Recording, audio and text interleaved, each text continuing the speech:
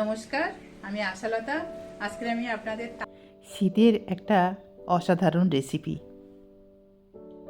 করে দেখাচ্ছি। এখানে মেথি বেগুন, তো এখানে মেথি শাক নিয়েছি আর বেগুন নিয়েছি। এটা শীতকালে অসাধারণ খেতে লাগে।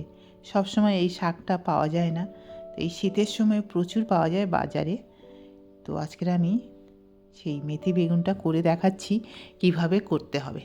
তো শাকগুলো খুব ছোট ছোট করে কেটে নিচ্ছি। আগে খুব ভালো করে ধুয়ে নিতে হবে, মেথি শাকে অনেক ময়লা থাকে। যাই হোক, শাকগুলো খুব ছোট ছোট করে কেটে নিতে হবে।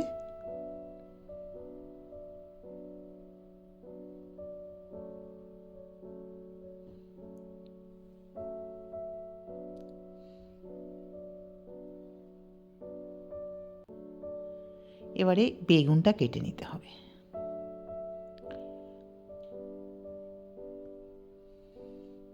তো বেগুনের বোটাটা কেটে এই অংশটা ফেলে দিতে হবে, সবুজ অংশটা দিয়ে। এবার বেগুনটা আমি এবার মাছ থেকে কাটছি। আপনাদের কাছে গোল বেগুন, লম্বা বেগুন, যে বেগুন থাকবে এটা এইভাবে করলে খুব ভালো লাগে। আর সাইজটা খালি একটু দেখে নিন, এরকম সাইজ করলে খুব ভালো হয়। তাহলে মেথির পুরো যে স্বাদটা বেগুনের মধ্যে লেগে যাবে। তো এই ছোট ছোট টুকরো টুকরো করে নেব, মানে যেটা ডুমো ডুমো সাইজ বলে, এরকমভাবে কেটে নিচ্ছি আমি।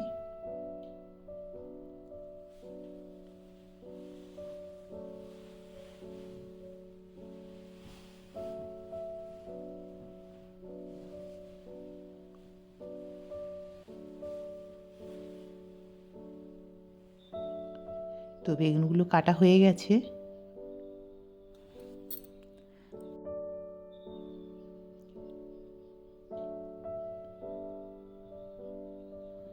এবারে আমরা কড়াইয়ের মধ্যে দিয়ে দেব সর্ষের তেল।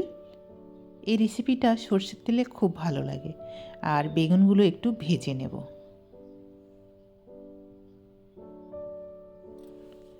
দিয়ে দেব বেগুনের মধ্যে হলুদ আর একটু নুন দিয়ে বেগুনটা একটু ভেজে নেব। আর এই সময় গ্যাসটা কিন্তু হাই ফ্লেমে রাখতে হবে। আর এই সময় গ্যাসটা কমিয়ে রাখলে কি হবে, বেগুনগুলো ঘেঁটে যাওয়ার ভয় থাকে।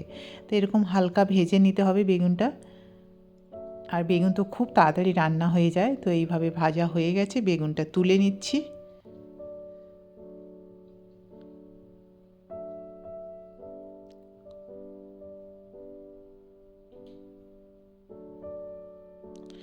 আবার এই কড়াইয়ের মধ্যে অল্প সর্ষের তেল দিয়ে দিলাম। দিয়ে এখানে একটা শুকনো লঙ্কা আর একটা কাঁচা লঙ্কা ফোড়ন দিলাম। দিয়ে এবারে মেথি শাকটা দিয়ে দেবো।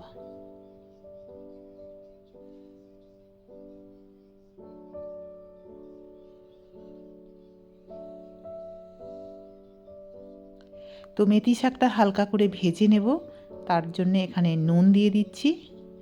ব্যাস, আর কিচ্ছু লাগবে না।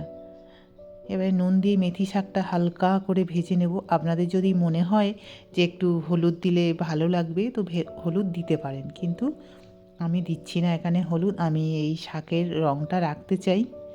তো যাই হোক, শাকটা ভাজা ভাজা হয়ে গেছে। এবারে দিয়ে দেবো ভেজে রাখা বেগুনটা। বেগুনটাও ভাজা হয়ে গেছে, শাকটাও ভাজা হয়ে গেছে। এবারে ব্যাস একটু খালি মিলিয়ে নেব, 1 মিনিট থেকে 1.5 মিনিট হয়ে যাবে। খুব তাড়াতাড়ি হয় আর খেতে কিন্তু সত্যিই অসাধারণ। তো দেখছেন, ঠিক এইভাবে ঝরঝরেও থাকবে, আবার মানে সব কিছু সুসিদ্ধ হবে।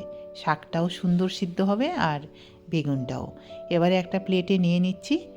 আর এইটা আপনারা রুটির সাথে, ভাতের সাথে, আবার আপনারা পরোটার সাথে, লুচির সাথেও খেতে পারেন।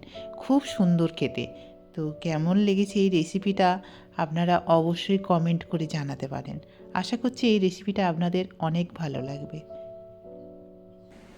আমার এই রেসিপিটা যদি আপনাদের ভালো লাগে তাহলে লাইক করবেন, শেয়ার করবেন, সাবস্ক্রাইব করবেন আর আমার বেল আইকনে ক্লিক করবেন। তাহলে নতুন নতুন ভিডিওর সাথে আপনারা আপডেট থাকতে পারবেন। নমস্কার।